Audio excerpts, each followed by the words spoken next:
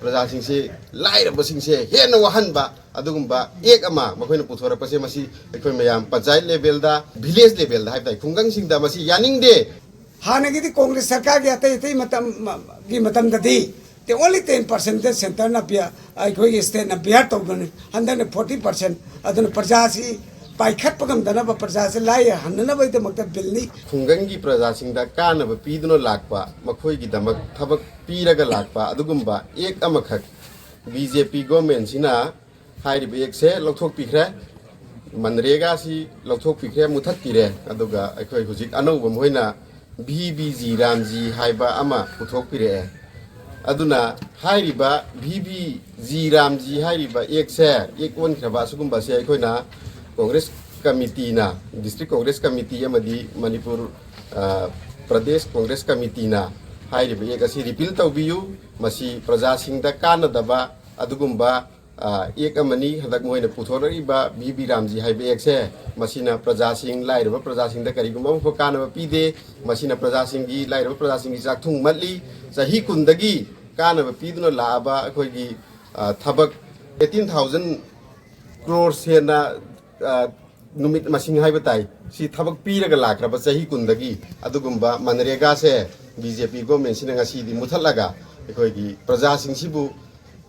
थबक फंगहनदबा हेन वासिलहनबा अवाब प्रजा सिंसे वारिङै मथक्ता अमुक हेन अवाब पीबा लोइनना मसी मुथतखिबना मरम ओइरकांदा ngasi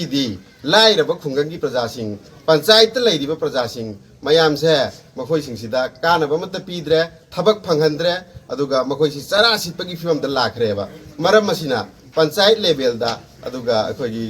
ग्राम पंचायत लेवल दा हाना प्रधान सिंगना अदगी जिला परिषद सिंगना मखोइगी थ्रू दा हाइरिबा अवाब प्रजा सिंसे लाइरबा प्रजा सिंसे मखोइ सि थबक पीदना मखोइगी कुसुमनसि नुमित खुदिंगी पिथोक्तना तौजरमबा अदुगुम्बा मखोइगी जीविका ओइजरमबदो मदु मुथलगा ngasi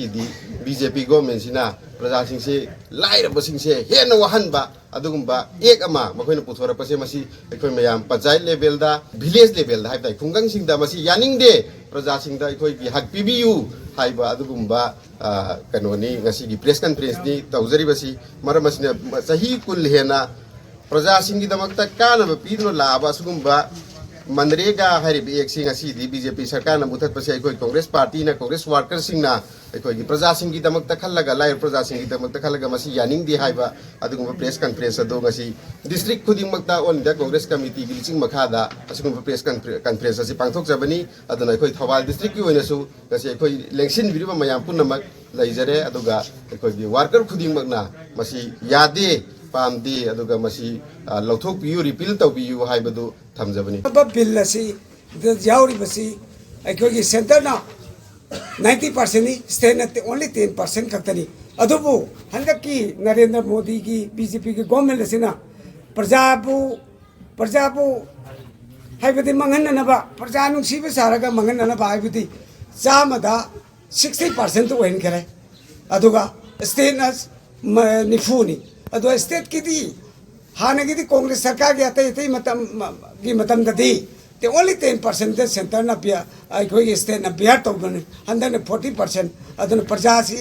पाइखटपगम दनब प्रजा से लाइ हन्ननबैद मक्ता बिलनी मसीगी मतांग सिदा अखोइ रिपील भारत सरकार की